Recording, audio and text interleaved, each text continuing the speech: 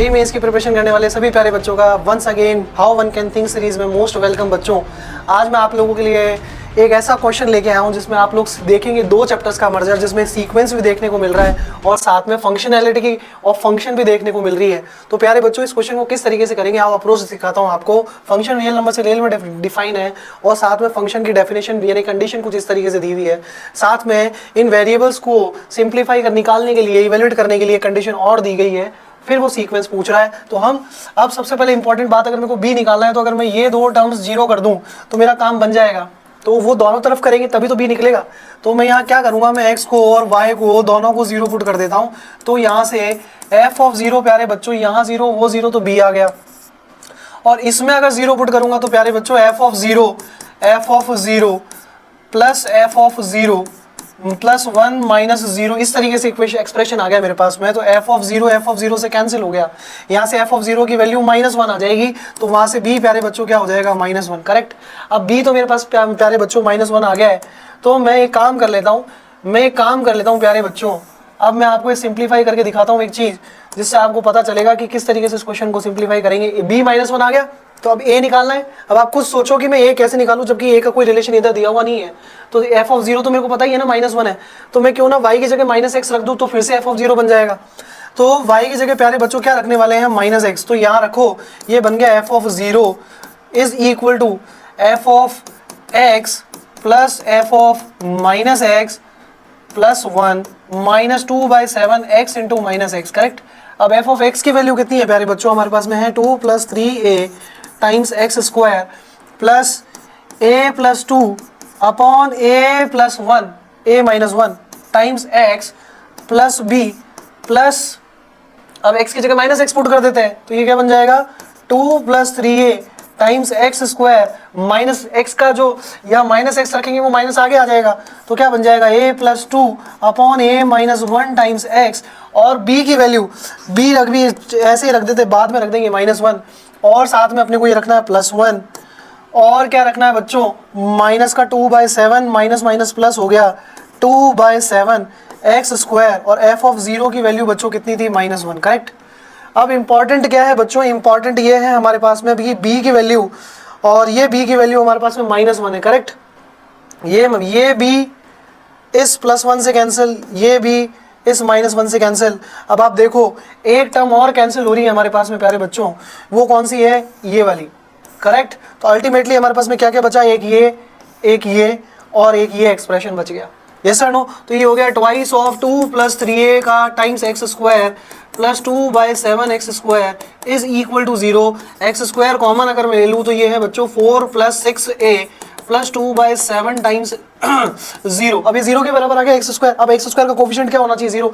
X square 0 करके क्या मिलने वाला है मेरे को, तो यहाँ से अगर मैं देखूँ बच्चों तो मेरे पास में इसको सिंप्लीफाई करूँ तो 6a plus 30/7 is equal to 0। तो यहाँ से a कितना आ रहा है, 6 कॉमन निकाल के हटा दे तो a की वैल्यू प्यारे बच्चों मेरे पास में -5/7 आ गई, वो मैं वहाँ पुट कर सकता हूँ। करेक्ट। तो यहाँ से प्यारे बच्चों एफ ऑफ x कितना मिल रहा है, मेरे को मिल रहा है 2 + 5। अब देखो 3 इंटू माइनस का 5/7, तो 3 इंटू माइनस का 5/7 कितना हो गया, 15/7 माइनस का एक्स स्क्वायर प्लस माइनस का 5/7 plus 2 whole divided by minus का 5/7 -1 एक्स प्लस b की वैल्यू कितनी निकाली बच्चों, हमने b की वैल्यू निकाली थी -1, हमने पुट कर दी है। करेक्ट। अब इसको लिखेंगे हम f of x is equal to 7 2 14 14 - 15 यानी कि -1/x स्क्वायर। और इसको सिंप्लीफाई करें तो 7 2 14 -5 ये हो गया 9/7 अपॉन 7 5 और 12 हो गया तो -12/7 x -1। तो 7 से 7 कैंसिल, 3 3 9 3 4 12 हो जाएगा। तो यहाँ से हम क्या लिख सकते हैं, यहाँ से हम लिख सकते हैं ये 3 3 9 और ये 3 4 12, ये पूरी क्वांटिटी माइनस में आ रही है बट यहाँ मॉड लगा हुआ है। तो मॉड ऑफ एफ ऑफ आई की वैल्यू कितनी होने वाली है, एक्स की जगह आई पुट कर दिया हमने तो ये बनने वाला है x² प्लस अब देखो ये हो गया प्लस माइनस माइनस बट हमने मॉड ले लिया तो हो गया प्लस। करेक्ट। ये हो गया 3x/4 प्लस 1।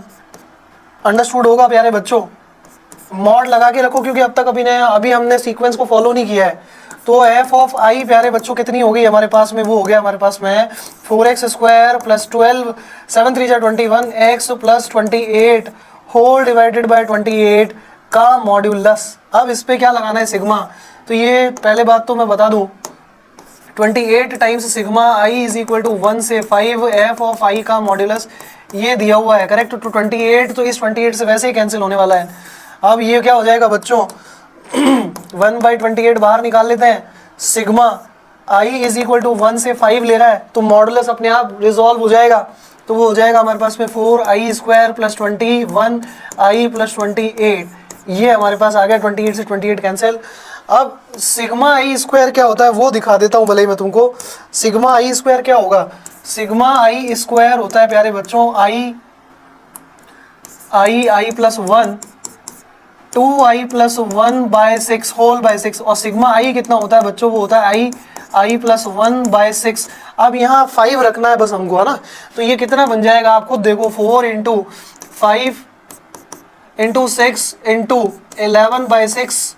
इस फॉर्मूले में आई की जगह 5 रख देते हैं बस। 21 इंटू 5 इंटू 6 अपॉन 2, और लास्ट में आ जाएगा 28 इंटू 5।